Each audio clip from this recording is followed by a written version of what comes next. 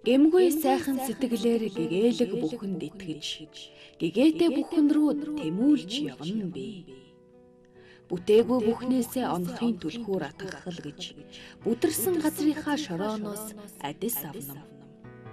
Бүтэн заяатай орчлонд октийн танихгүй маргааш бит хоёрт оноогдож ирсэн тавилангаараа очоогүй бүхэндээ очих гэж хүрээгүй бүхэндээ хүрчил явна да.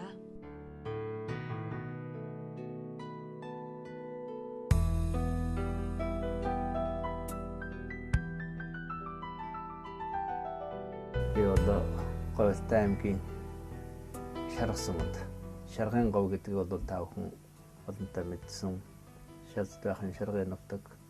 Мөн саяхан одоо шинэ жилийг болоход энэ хүүхнүүдийн хянаг телевизэн олон сувгуудаар гарч байх шиг үлээ дээ. Түүн дээр тэр одоо дамгаа нүдний өмнө цэлсэн Шаргын удам говь хөөд дуудуулж байдаг штэ. За одоо тэр говь энэ маань одоо дөрвөн бишгаа хантай ширээ нуруу хасагтайрхан дарвийн нуруу, төгөргийн нуруу гэсэн дөрвөн их нурууны дунд оршдог уудам сайхан говь. Энэ говьд бол тэмээ, цаг, элис, говийн төрх сайхан голтой, шарган голтой ийм нутаг байгаа. Энд шарган говийн шар харган гэдэг газар одоо 51 онд тэнд төрсөн. За тэгээд тэндээ өсөж ардлын дарвийн нурууны урд үзүү гэдэг тэр газарт бас багт бас маань өнгөрөөд за ингээд сургуульд орхолоод тэр Шаргасманд бол баг сургууль байсан юм да. Одоо 4 дугаар анги хүртэл. Тэгээд тэр сургуульд 4 дугаар анги хүртэл суугаад тэгээд тэр үед бас миний ээжүүд болоо тэгээд бас 2 жил завсардаад тэгээд сургуулийн учраас нөгөө тийш баруун тийшээ тэр төгөрсөн 7 жилийн сургуультай тэр дунд сургуульд очиж 7 дугаар анги төгсөөд Төгөргийн дунд сургууль байхад ч гэсэн аймгийн 10 дунд сургуульд 10 дугаар анги төгсөх үед ч гэсэн сайхан багш нар азаа таарсан юм. Ягаад гэвэл тэр үед чинь бол яг Төгөргийн дунд сургууль ч гэсэн аймгийн сургууль ч гэсэн намайг тэр сургууль сурч байх үед яг одоо Улаанбаатар хотод их сургууль багш их сургуулийг шинэхэн төгсчихсөн залуу өстой шижигнсэн багш нар байсан. Үндсэндээ бол одоо 10 дугаар анги төгслөө малын дэргэд өдөө байсан.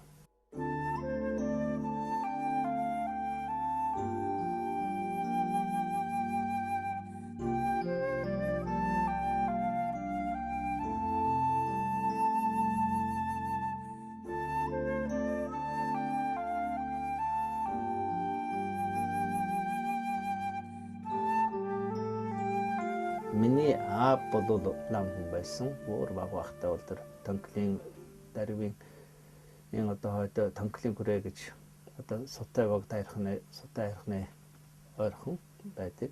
Тэнд усан зүйлийн хүрээ гэж Говьтай тэр чигийнх нь бол хамгийн том хүрээ 2000 гаруй намтай том хүрээнд тэнд сууж байгаа дараа нь Улаанбаатар одоогийн Улаанбаатар тэр үеийн даа хүрээний энэ мандан төвчлэн хийдний дашчан булдацанд олон жил шавьд сууж байгаад тэгээд гамин орж ирэх үед бол одоо баруун тийшээ сурахаар гүнбүн лаврын лас хүрээд одоо хэвдийн лас олон жил сууж байгаад бүр 44 онд буцаж ирсэн юм уу.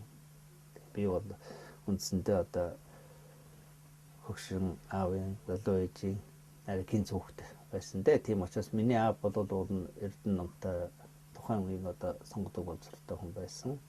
Таанч миний нас 10 жилийн хүүхдийн одоо гин томоогүй ч гэдэг юм уу бас тэр болгоныг мэдээ сураад авчих тийм өнөөгийн одоо гэж хэлэх үү тийм ухамсар сэтгэл бас дутаж байсан. Тэгээд ааваасаа бас хэлтэй юм сурсан. Аавынхаа ярьж илжсэйг л алдаг оног тогтоосон.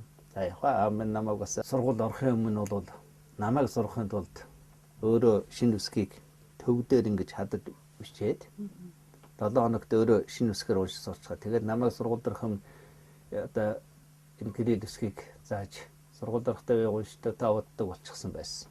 За нөгөө талаас өөрөө бас нэг нутгийн нэг ахмад хүнээр 10 жилд байхад багш заалгаж Монгол өчгтэй болгосон. Бас төвд хэлний анхны мэддэг хүнтэй бас болгож өгсөн. За тэр маань бас сондоо төвдөлний тэр үед маань бол бас нам хүн явсан. Тэгээ тэр үед чинь бол бас цаг хатуу гэтээ 44 онд ирсэн учраас тэр хилмигдлийн одоо дараах үе байсан учраас зүгээр аймгийн төвд нэг хэдэн сар аваачиж яахан байцааж асуугаад таавал одоо гэр орондоо пант ном уншиж болохгүй ч гэдэг юм уу. Хүнд одоо энэ төсөл нэлээх бүрдээд ургасан байсан учраас болор надад тэр төвдийн бүхний шишний юм ярьдаггүй байсан. Гэсэн чинь аз болсон энэ 60-аад оны ихээр Монгол Улсын их сургуулийн тэр дорж гэдэг гавж гэдэг нам төвд хэл заадаг байсан их сургуульд. Тэр дорж байгаа төвд хэлний 3 дэвтэр сурах хүчиг хэвлүүлсэн Улаанбаатарт. Тэгээд Улаанбаатараас нэг хүн тэр сурах хүчгийг аавд аваачиж өгч. Тэгээд аав үзчихээд энэ засаг төр чинь бас энэ төвд хэлийг чинь үзэх хэрэгтэй гэдэг ийм сурах хүчийг гаргачихсан юм байна штэ. Энд чинь одоо үзэж болох юм байна гэд. Тэгээд тэр сурах хүчийн анхны дэвтрээр бас төвд хэл надад заасан. Тэр сурах хүчийг тааралдааг бол аав энэ хүүхдэд одоо гай болно гэж бодоод заахгүй байх байсан л дээ. Тэгэд аав маань бас намайг зүгээр ингээд орхон болсон. Яг хөө 71 онд 10 удаа өсөөд тэгээд наашаа нэг жижиг гэрээ бас ачаад ингээд л Улаанбаатарт их сургууль төгсөхдөө бол би ер нь тэгтээ их сургууль төгсөхдөө бол бас математик энэ төр бусад одоо хичээлүүд бол сайн байсан. Гэхдээ тэр үед Монгол хэлний их сургуулийн Монгол хэл уран зохиолын ангийг сонгодог нь бол бас аавын нөлөө байсан биз дээ.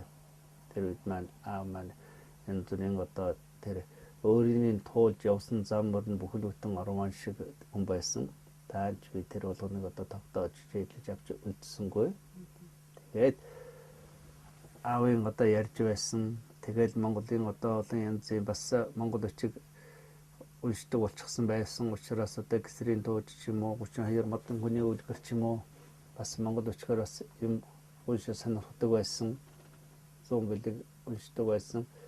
Тийм учраас тэр бүх сонирхол маань намайг энэ монгол хэл уран зохиолын ангийг сонгоход бас төлөвлөж өгсөн баг.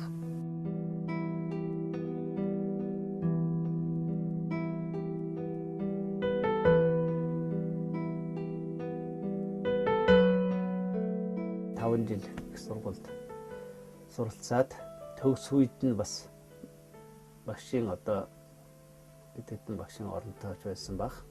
Тэгээд шууд л багш болоод хойдон жил нь одоо 7 хоногт 30 хэдэн цаг хичээл заагаад эхэлсэн.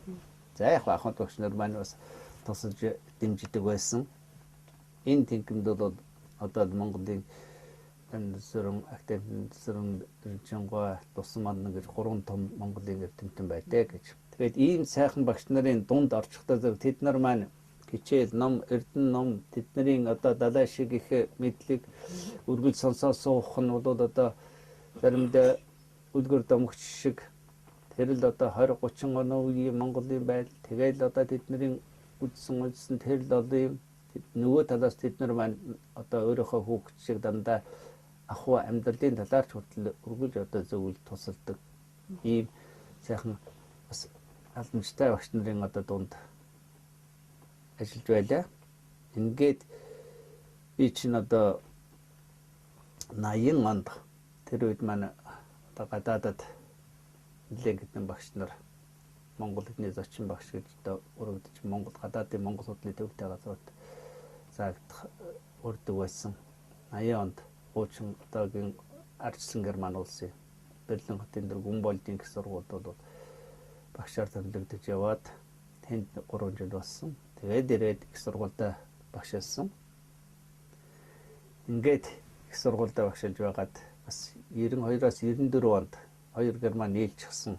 Одоогийн холбооны бүгд Германд бас үед бас нэг 2 жил ажилласан. За бусад үед бол зөвхөн Монгол улсын их сургуультай одоо хүртэл ажиллаж байна.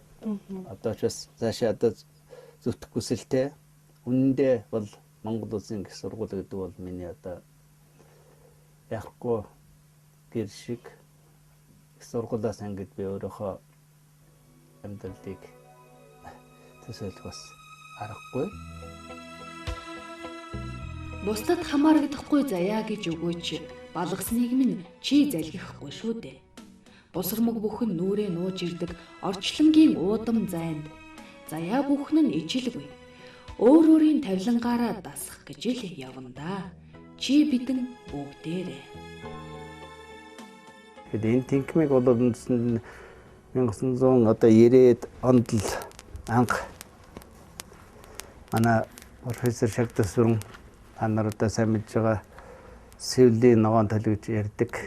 Севл ногоон одоо хөө төрийн шагналт эрдэмтэн Шагдас Сүрэн багш өтөрл ийм тэнхим одоо байгуулах хэрэгтэй юм а гэж.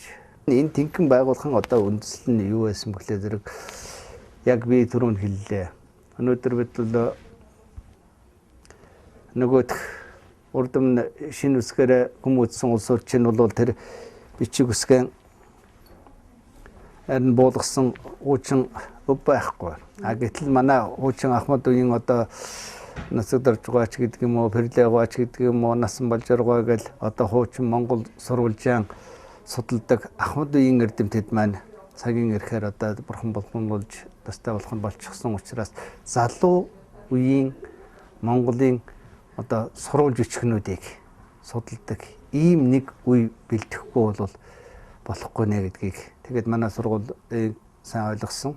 Тэгэхээр энд байгаа энэ одоо зарим нь энд тэр одоо юундаар бол дандаа манж номнууд бас байна. Тэгэхээр зэрэг эн чинь бол Монголын түүхэн сурвалж эхлэх зэрэг зөвхөн ганцхан монгол үчгээр байдаг биш. Монголчууд чинь бол төвд хэлийг их гişхэн сураад төвд хэлээр ном зохиолын бүтээлийн туурвсан олон 10 одоо бот номтой ийм иргэд эрдэмтэд одоо бүрэн бүтээлийн бүрэн одоо гаргах нь битгий хэл хүмүүсийн бүрэн тоог нь харгаж чадаагүй шахуу байна. Одоо 300 гаруй лав ийм эрдэмтэд байсан. Тэр нь бол төвд хэлээр өөрийнхөө олон бот зохиолыг товрогчсон монгол мэргэд. Тэгэхээр тэдний бүтээлийг бид нар судлахын тухайд одоо энэ би бол энэ нэг баахан судар руу та нар гайхаж байгаа энэ судард бол дандаа ангаах ухааны юу байгаа юм? Уламжлалт ангаах ухааны. Одоо би бас энэ жил нэг одоо өнгөрсөн жил нэг жил өнгөрөх гэж уламжлалт Монголын мэргэдийн тууруулсан төвд хэлээр тууруулсан уламжлалт ангаах ухааны бүтээлийн сурвалжийн судалгаа гэдэг юм төсөл. Тэгэхээр чи одоо миний бүртгэл ангаах ухааны ном зохиол гэхэд одоо 70 гаруй ном бүтээл ном байна. Тэгээд тэрийг бол одоо бид нар зарим нь бол монголоор төвөрсөн за ихэнх төвдөр байна. Тэгэхээр тэрийг их зохиолыг олох, орчуулах ийм ажил хийж байна. За манжаар гэх чинь бол та нар манжийг одоо дагаар орсон 200 гаруй жилийн тэрл олон Монголын түүхтэй холбоотой зүйлсүүд бол тэр чигээр манжаар байдаг. Одоо энэ жишээлх юм бол энэ одоо Дайчин гүрний дотоод явны Монгол гэрийн данс гэдэг энэ бол энэ одоо энэ манжаар нь жишээлбэл байж байна. Энэ ихэнх нь манж. Энэ Дайчин гүрний дотоод явны Монгол бичгийн гэрийн данс гэдэг маань манжи хааны яг Монгол төвд уйгрыг шууд хаанд хандсан хаанаас гадш явуулсан албан бичгүүдийг хадгалдаг газар. Тэгээд хинд байгаа архивыг харин одоо өвөр Монголын эрдэмтэд маань судалгаагүйгээр зүгээр яг Бээжингийн тэр одоо хааны энэ нууц архивээс бүгдийг гэрэл зургаар ингээд татаад энэ чинь янз бүрийн одоо ингээд зүгээр дугаартай архивын дугаартай ингээд янз бүрийн бичгтээ ингээд энэ чигт нь ингээд фотографи хийчихсэн байхгүй юу. Тэгэхээр энийг өнөөдөр манайхан чинь бол манж гэлтэй хүн зөвхөн манай энд л бэлтгэдэг. Тэгэхээр зэрэг одоо энэ манай манж гэлтэй багш нар за зарим нь монгол үчгээр тод үчгээр байгаа төвдөрч байгаа энэ чинь бол төвдийн юунд явуулсан. Энийг бүгдийг шинэ үсгээр буулгаад тайлбар хийгээд энэ 22 бүтийг бас манай энэ багш нар одоо ойрмхойд гарах гэж юм. Тэгээд тэр ангаахын тэгэхээр зэрэг шинэ бол яагаад эндих төвд юу байна вэ гэдэг шинэ бол Монголын чинь соёл нь одоо их баг таван ухаан гэж одоо ярьдیں۔ Энэ чинь бол Монголын ангаа ухаан ч гэсэн тэр астрономи ухаан, урлагийн ухаан ч гэсэн хаашаагаа л иргэнүү бас буддийн гүн ухаантайгаа очиж холбогддог. Түүнтэйгээ нэгт сүлэлцчихсэн байдаг. Тийм учраас буддийн гүн ухааныг төвд хэдийн буддийн гүн ухааны энэ суур мэдлэггүйгээр бас ерөөсө судлах арга байхгүй. Тэр үг юмны үг агуулгыг ойлгохгүй хүрдэг. Тэгэхээр зэрэг энэ чинь бол яг Монголын тухай хуучин бидний өвөг дээдсэн бүтээсэн Монгол шашны төвдөр тэгээд одоо өөрөнд тод бичгээр ирж байна. Сайн баруун дөрвөлжин бичгээр байна. Энэ манжаар байна. Тэгэхээр олон зүйлийн бичиг үсгээр байдаг учраас энд яхахгүй одоо ийм юу байдаг. Зүгээр энд нэг зүйлийг хэлэхэд бол харамсалтай нь одоо би энэ ангаа ухааны сурвалжуудыг бүрдүүлэх гээл электрон сан хөмрөг бүрдүүлэх гээл хөөсөлж явахад сүүлийн үед айлын авдранд социализмын тэр олон 10 жилд хадгалагдаад бидний өвөг дээдсэн хинлээгээд ховор ном судар байгаад байсан сүүлийн үед 8-ачдын гараар энэ ховор хуучин номын дэлгүүр хар цагтаар ном зардаг улсуудын гараар ороод гадшаа зарагдаж хилд авж байна. Энд одоо зарим ном бол олдохоо болчихсон. Улсын одоо номын санд байгаа юмнууд ч бас алдагддаг. Дандаа хилд авж байна. Тэгэхээр энд бол энэний ташрамд хэлэхэд бол монголчууд маань зөвхөн миний мэдхэл энэ бичгээр туурвсан өв соёл. За тэгэл бурхан шүтээ уран нарийн кийцтэй урлагийн одоо үнэт бүтээлүүд энэ бүгд маань үнэндээ маш муу хяналттай хяналтгүйгээр хил гарч байгаа. Энэ бол эндүүл харамсмаар юм да.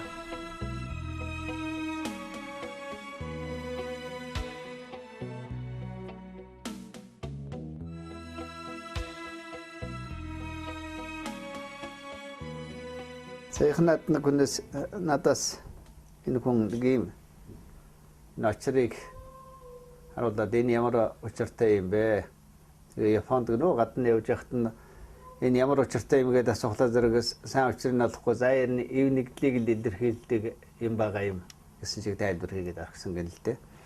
Хуучин эдлэл хэрэглэлээ шашин номын тэгээд Монголын уламжлалт энэ бүхэн бол юмны цаана бол үг болгон хүртэл өвгөнд нэг учир вэ, суманд нэг гिचэр вэ гэдэг шиг энэ юм болгон чинь цаанаа бас учиртай бэлэгдэлтэй, чухам тэрний ямар бэлэгдэлтэй юм гэдгийг бас мэдхэл учиртай юм л да. Тэгэхээр очир гэж манайхан хэлдэг энэ маань санскрит хэлээрээ важра гэсэн үг. Тэр важра гэдэг ингэхээр эндээс бол би бас одоо хэдний хадалтай холбоо гэж болно. Санскрит хэлний дээр важра гэдэг үг нь үгийн утга нь бол алмас чулууны нэр.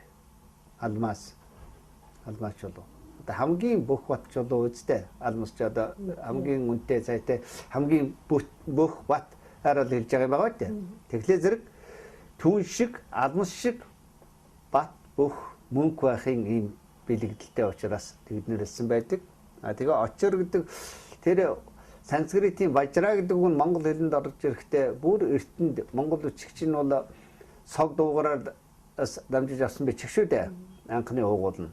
Эртний согдууд чинь уугуруу согдууд чинь бол бурхны шишинтэй монгол үчигчиг дээрээс нь доош нь бичдэг зүүнээс нь баруун дэш нь мөршөлтийг нь бичвсгтэй байсан. Тэр үед бол бурхны шишинтэй байсан учраас шишин бол төвдөр биш дунд даазаар одоо 7 8 6 700 үед төгөж байсан.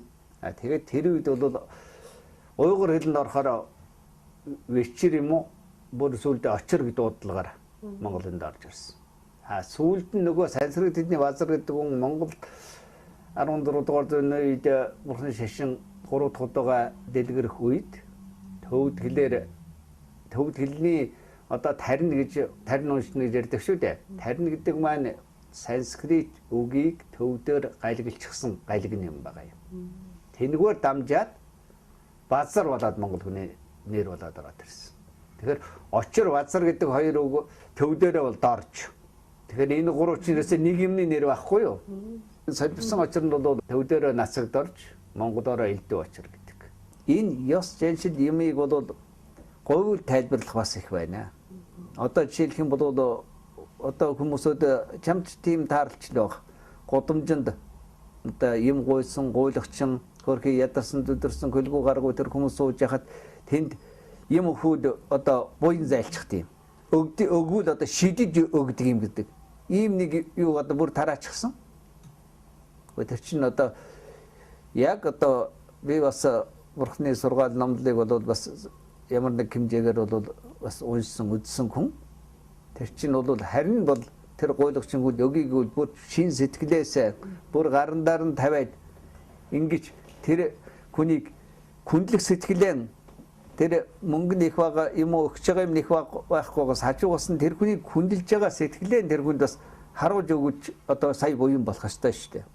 Гэтэл одоо нохоод ясаж байгаа юм шиг шидэж өгдөг юм а гэдэг. Одоо иймэрхүү маягийн сүлд нь өөрсдийн хүмүүсүүд одоо зохиосон тийм тайлбарууд бол бас их явах юм да. Тэгвэл ер нь ингээд энэ уламжил ёс гэхийн энэ дэдэнд бас нэг ярих юм бол энэ үг гэлнийг яг болгоомжтой хэрэглэх. Бэлэгдлэг үгийг тэр болгон одоо хүн зөвхөн энд хэрэглэх биш нийт ард түмэн энэ нэг бэлэгдлэг үг олон давтаад байхад бол харин одоо хуучин юу гэж хэлдэг вөхлөө зэрэг муу юмыг муу үгийг олон давтвал тэр бас зөнгөөрөө биелэх тавилантай гэж хэлдэг. Энийг нэг бодож та. Тэгээд монголчууд үгэл монгол хүн амны бэлгээр. Амны бэлгээр гэдэг. Олны ам далай ширгэнэ гэдэг нэг үгүй. Олны ам далай ширгэнэ гэдэг чинь олон хүн сайн гэдэг бас сайн болчих, муу гэдэг муу болчих гэсэн ийм утга учиртай юм. Энд бас сонир л дээ. 90-ад оны эхэнд нэг настай өвгөн миний надад тэгжсэн юм. Гэхдээ энэ олны ам далай ширгэнэ гэж энэ улсуудад муу юм амлахаараа мөн хурдан биелүүлэх юм гэж. Ер нь тэгдэм би мэднэ гэж. Яасан гэсэн чинь тэр хүн 30-аад оны үед нэг их улаан хараал дэлгэрсэн гинэ. Улсууд улаан хараал их хэлдэг болсон гинэ. Тэгэл тэр хэлмэгдлэг гэдэг чинь их хэлсэн юм байгаа юм да. Дараа нь шонгу гэдэг нэг үг одоо нэг итгэл үг гэлэг хүн болгонд хэлдэг болсон гинэ. Одоо барахгүй дийлэхгүй гэсэн утгаар шонгу гэл.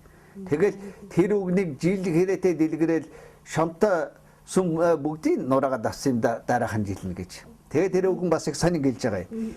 Одоо тэр чи 90-ад оны их нөгөө нэг ганцхан 8-ачид хоошоо урагшаа яваад одоо их явж илээ штэ. Энэ хүмүүсүүд одоо 8 хийж явчихал шатлаа гэсээр байгаа л энэ жаахан хөвч болгон төмөрдөө давлаа. Энэ их төмөр энэний л бэлэгдэлтэй гэж тэгж хэлж байсан. Тэгэхээр зэрэг чинь бас энэ яг зүгээр энэ манай аавч хүртэл бас нэг тийм саний мэржил байсан л дээ. Ер нь хуучин цагт бол за энэ одоо өдөр судар энэ нарийн зурхай тэр олон од гаригийн тохиолдлыг нарийн бодож өнөөдөр бол өдөр судар үзэх тийм хүн чаваах уу тэр болгоныг баримтлна гэвэл бас хэцүү болдгоо юм. Тэгээ бас сая юу шиг үгийг хэлжсэн байхгүй. Ер нь тэгээд одоо бүх хүмүүсүүд бүгдээрээ ням гаргийг бүтэн сайн гэдэг байгаа юм. Сайн өдөр л тэгээ юм хийчих чавал тэр олны амаар тэр өдөр нь мууч байсан сайн болчих нь доо. Сайн өдөр л одоо ням гарагтл юм хийчих чавал бүх хүн бүтэн сайн гэдэг байгаа юм чинь тэр бэлэгдлээрээ тэр бол бас мууч байсан сайн болчих нь гэж. Тэгээд эндээс би бас нэг юу хэлэх гэж байна вэ гэхээр монгол хэлний чинь бол баян шүү дээ. Ерөөсөө энгийн хэлнэ гэж байна. Хүндэтгэлийн үг гэж байна. Доошо доромж найруулга үг гэж байна. Зүгээр энгийн жишээ гэхэд унтах гэвэл энгийн үг тийм үү? Нойрсох гэвэл одоо хүнлэлсэн хэллэг. Ногоорох ширгэх гэх юм бол одоо доромжилсан үг болно л дээ тийм үү? Тэгэхээр зэрэг чинь ихтэй үг болгоны энэ үгийн найруулгын монгол хэлний дээр баялаг үгийн өнгийг тааруулж, донжийг тааруулж хэлэх найруулах бол үндэ хүний санаанд илүү сайхан бууж өгдөг ийм учиртай юм. Монголчууд монгол хэлтэйгээ бай гэвэл энэ монголчуудын монгол бичгэн сурах, мэдэх судлахаас өөр арга байхгүй. Монгол бичгээр байгаа анхны одоо дурсгал нь бол 1225 оны Чингисийн чулууны бичиг гэдэг одоо Санкт Петербургийн Эрмитажд байгаа тэр асрын хүү 9К зориулж босгосон там өшөө чулуу байгаа шүү дээ. Түүн дээр бичээс. За тэрнээс хойш одоо дурсгалууд бол үеийн одоо мэрэгдүүдийн Монгол үчгээр 10 ухаан гэдэг ихтэй одоо энэ чинь одоо дүү хүн ухаан, уран зохиол, ангаах ухаан, одоо одон зурхай, урлагын ухаан бүхэл салбараар ном бүтээл төвөрөж ирсэн. Тэгэхээр зөв чинь монгол хэлний маань хамаг уран яруу сайхнын үеийн бидний өвөг дээдсийн сэтгэлгээг энэ монгол үчгээр төвөрсөн ном сударч нь бидэнд хийж ирсэн байна шүү дээ. Тэгэхээр чинь бид өвөг дээдсийн 18 дугаар, 17 дугаар зуунд, 15 дугаар зуунд юу гэж бодож, юу гэж бичиж байсан Монголынхаа түүхийг удам дээдсээ юу гэж бичижсэнийг мэдэхгүйгээр өнөөдөр бид зөвхөн эргэнээс унчихсан юм шиг удам судраа мэдэхгүй, уг түүхээ мэдэхгүй байна гэдэг бол дэндүү харамсалтай л дээ. Гэхдээ зэрэг монголчууд гэр монгол үндэстэн байх юм бол монгол хэлтэйгээ л байх юм бол энэ бичгийг ямар нэг хэмжээгээр судлах мэдэх эзэмшихээс өөр арга байхгүй. Дэлхийн өөрөөр хэлэх юм бол хүн төрлөختний бичиг үсгийн оюуны соёлын нэг өвөрмөц сонин тогтолцоо. Тэгээд монголчуудын бас энэ цагтаа дэлхийн талыг донцолгож явсан энэ том үндэстний сэтгэлгээний нонцлог судар шаштрын тэр чигээр нь хадгалж ирсэн энэ бичиг үсгийн тогтолцоо бол ганцхан монгол бичиг байгаа. Энэгээр төвөрсөн ном бүтээлүүд байна. Үүнийг хадгалж хамгаалж явах нь монголчууд бол дэлхийн оюуны соёлд оруулсан өөрийнхөө хувь нэмрийг өөрснөө устгаж бас болохгүй үстэй. Тэр тусмаа бие даасан монгол улсын тухайд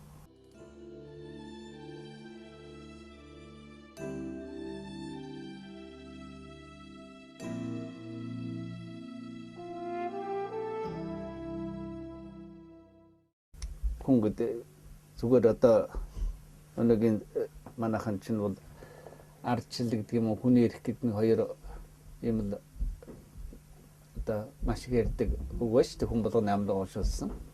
Зүгээр миний хов хүний тохиолдолд ардчил гэдэг чинь үндэ их сайн боловсруулсан дэглэм журам. Хүний эрх гэдэг нь үндэ өөрөг хариуцлага юм шүү дээ. Би эрхээ эдлэнэ гэдэг чинь бол одоо энд сууж байгаа таяраас ахгуулаад энэ бусад хүмүүсийн би тэр хүмүүсийн эрхээ эдлэх үүрэгтэй шүү дээ. Тэр хүмүүсийн эрхээ эдлэхэд би саад болохгүй гэдэг чинь бүгдээр нь миний эрх чинь хязгаартай шүү дээ. Тэгээд чинь үүрэг хариуцлагаас нь гадна хүний эрх гэдгийг ярих юм бол утгагүй л болчиход байгаа юм л да. Тэр хууль дээдлэнэ гэдэг чинь үндэл сайтруулсан дэглэм журам шүү дээ. Өнөөдөр харамсалтай нь энэ бол мэдээд мэдэхгүй байгаа биш л дээ. Ямар нэгэн асуудлыг тавихтаа тухайн одоо нэг сонгууч болдог юм уу? Тэндэл тэр өнцгөөс л ашиглахын үүднээс ярьдаг нь харамсалтай. Уг имийг өөрийнхөө эсрэгч байсан үннийг гаргаад хэлчих ийм чадвар байж хөгжин штэ.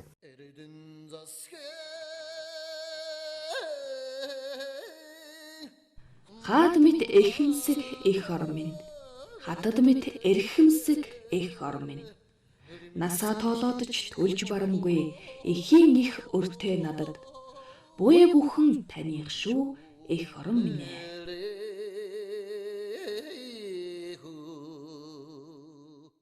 Өнөөдөр Монгол үндэстэн үндэ архин живж байна. Энэ үндэстний энэ маягаар архийг ингэж хэрэг согтууруулах хар усыг ингэж уух юм бол мөхнө. 80-аад оны төгсгөлд юу гэж хэлсэн бэлээ нэг зэрэг өө архи чинь хорж болдгоо маа. Одоо бүр гудамжаар нь ингээд бүх дэлгүүрүүдээр нь ингээд дураар нь тавьчихтай зэрэг тэгэл уухаа болчт юм гэсэн. За дураар нь тавихаар барахгүй одоо ингээд бараг баашин болгоны өнцөгт 24 цаг хүртэл бараг ажилладаг бар, ресторан одоо ингээд дээрээс нь дэлгүүр болгоноор өнгө зүс болгоноор нь архи болчихлоо. Өнөөдөр яаж гинэ вэ? Өнөөдөр бол арх уудаг юм бүр дунд сургуулийнхаа хүүхдэд тэр тусмаа эмэгтэйчүүд бүр залуу эхчүүд арх уудаг болж. Энэ үнэн шүү дээ. Та нарт бол одоо бодтой энэ маань тэр үндэстэн мөхн. Үндэ арх гэдэг бол архинаас аюул сархтаас самуун гэж монголчууд чинь бүр дээр үд хэлчихсэн байна шүү. Архинаас аюул сархтаас самуун.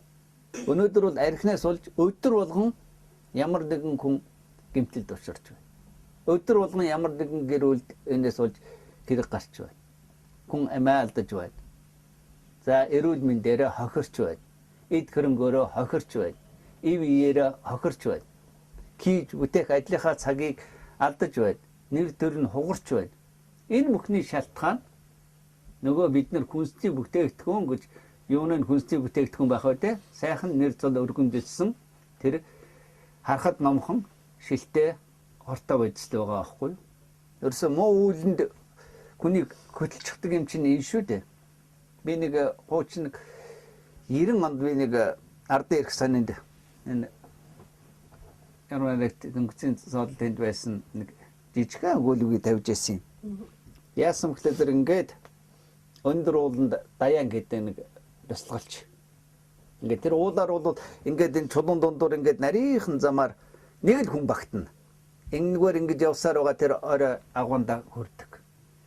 Яг тэр замдаар нэг хүүхэн нэг лонгтой арх барьсан, нэг ямаа барьчихсан.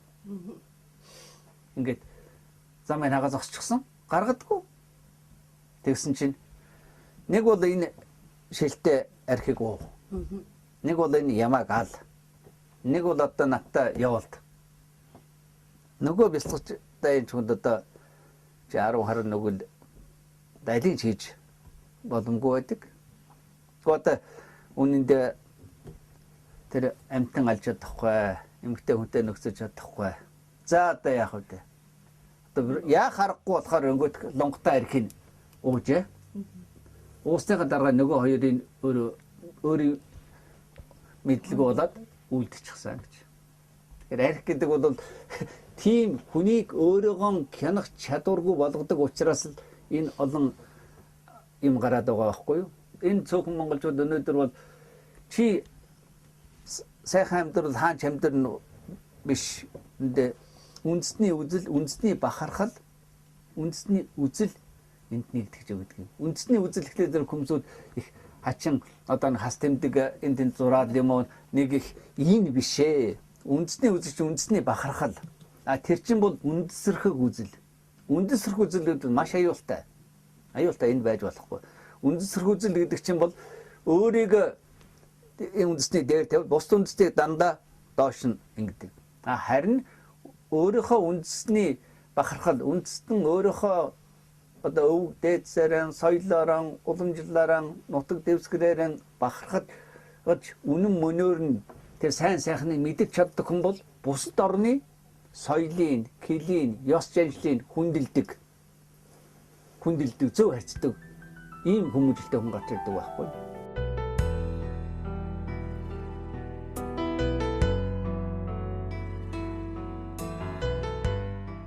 Цаг цагийн гунигийг би гээж урсъя. Цав цагаахан итгэлийг тээж би урсъя. Хур бороонд нь дэлгэрч ургая. Хурайлах наранд нь би бүлээсэн жаргая. Ухаангүй бүхнийг чинь өршөөж сурыг. Зовлон дунд чинь жаргаж сурыг.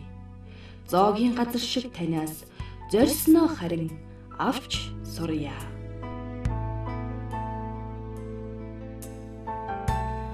За тэр Гяттууд ЮНЕСКО дэрийн 3 наадам чигдэг юм уу монголчуудын одоо энэ юг өөрийнх нь нэрийн өмнөөс бүртгүүлэх гэж байгааг сая сонслоо л доо.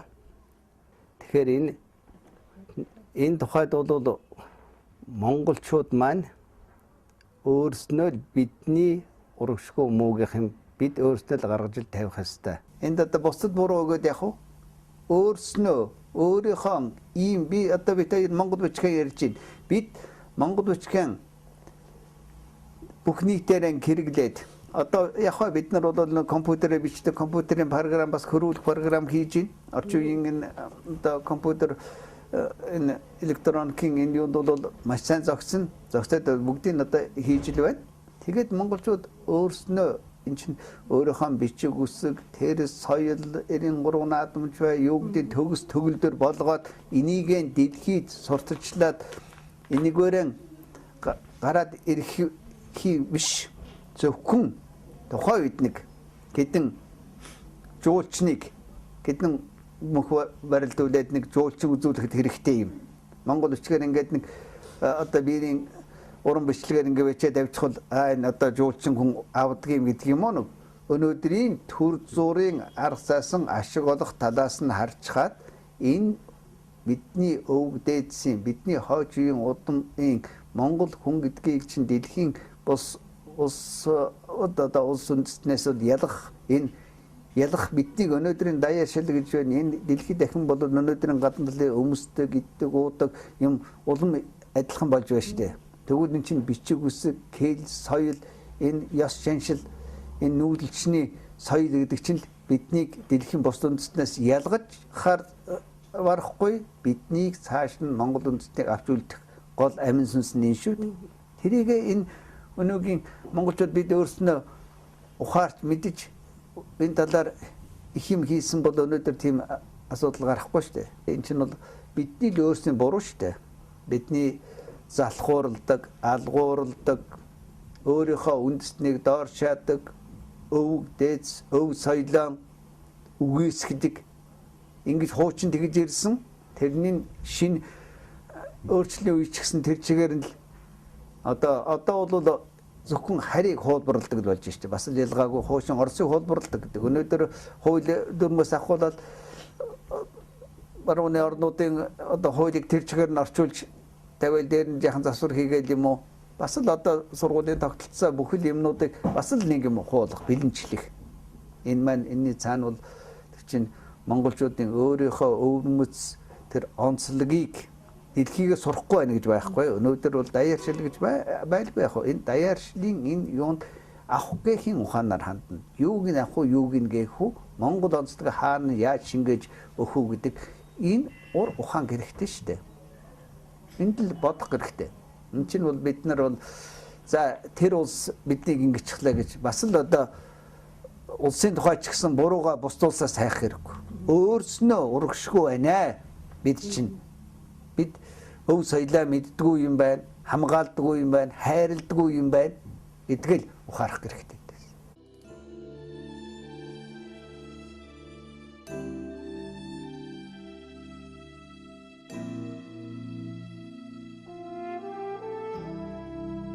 Хүн 100 наслахгүй шүү дээ. Энд би өнөөдөр надад хүн гэдэг амьтныхаа тухайд над арьс ус байхгүй юм. Тийм учраас хувцас хэрэгтэй. За амьтан учраас нэг юм идэж амьдрах хэрэгтэй. Бас амьтан шиг хадагуунд очиод ёроолт нь өвчиж чадахгүй учраас нэг орон байр хэрэгтэй. За амьтны тухайд нэг юм 3 юм хэрэгтэй. А нөгөө гол хүн гэдэг амьт нь бусад амьтнаас ялгарх хэрэгцээ энэ оюуны хэрэгцээ байна. За тэр бол хязгааргүй. За тэгээд яг хуу оюуныхаа хэрэгцээ хангах гэж хэсэг ном цуглууд дээрээ дотроо бодлол төөрөөл. Тэгээд би өнөөдөр өлсөхгүй байна, дарахгүй байна. Би өнөөдөр хувцсны мооцоод гэдэг мэдгүй яг би энэ левтэхэн л байвал тэгээд одоо дааруулахгүй байвал зун халууцлахгүй байвал одоо тэгээ болоо. Илүү ямар хүнд юу хэрэгтэй юм бэ гэж тэгээд яг. Энэ чинь хураасны эцэст барагддаг, хурсны эцэст тардаг. Энэ чинь орчлонгийн жамшууд.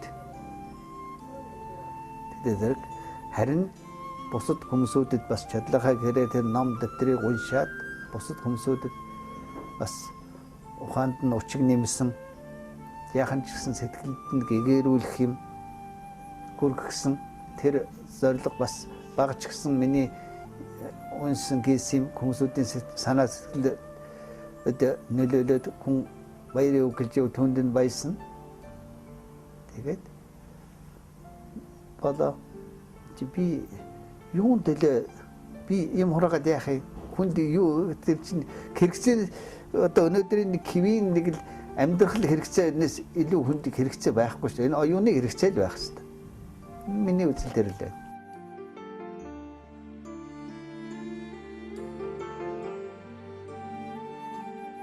Энэ хүн бол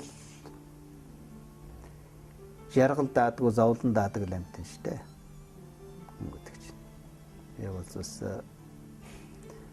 өвдөд зовж бас маш хэцүү байдалд бол бас орж явсан.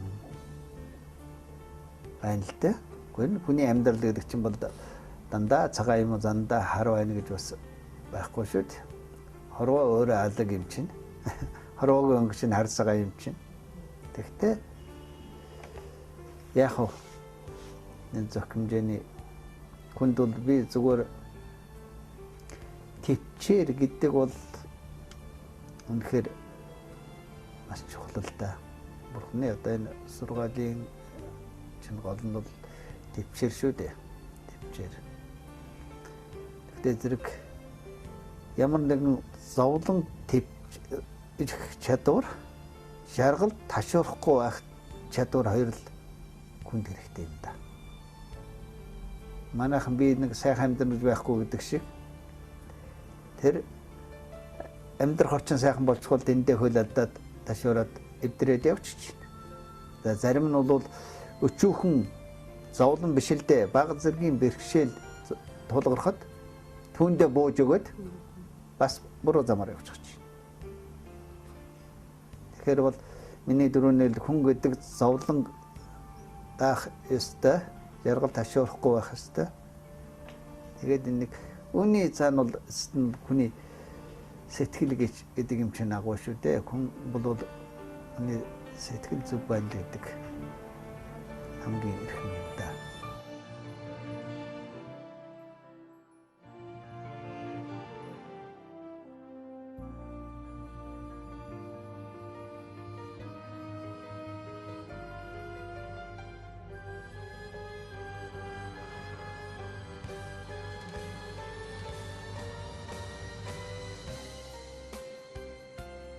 Нууцаа дэлгдэггүй сав шимийн эзэн нутаг нутгийн минь чимээгүй захирна. Нулимсны шорвог амтыг мэдэрсэндээ л би нуруунд дээрх ачаагаа тэр үзэж чадахгүй дээ би.